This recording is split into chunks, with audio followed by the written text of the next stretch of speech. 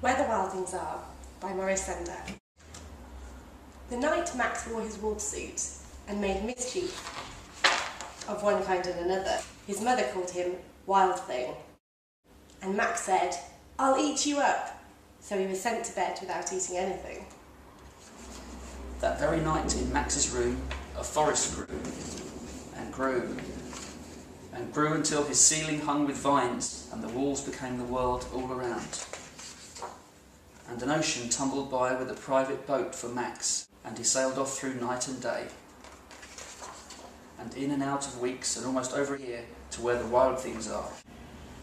And when he came to the place where the wild things are, they roared their terrible roars, and they gnashed their terrible teeth, and they rolled their terrible eyes, and showed their terrible claws. Till Max said, "Be still!" and tamed them with a magic trick of staring into their yellow eyes without blinking once, and they were frightened and called him the most wild thing of all, and made him king of all wild things. "And now," cried Max, "let the wild rumpus start."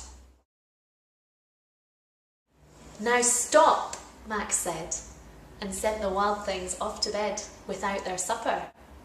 And Max, the king of all wild things, was lonely and wanted to be where someone loved him best of all.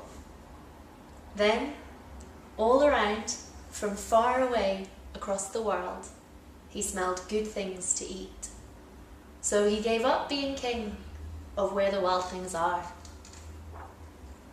But the wild things cried, "Oh, please don't go! We'll eat you up! We love you so!" And Max said, "No!" The wild things roared their terrible roars and gnashed their terrible teeth and rolled their terrible eyes and showed their terrible claws. But Max stepped into his private boat and waved goodbye. And sailed back over a year, and in and out of weeks and through a day,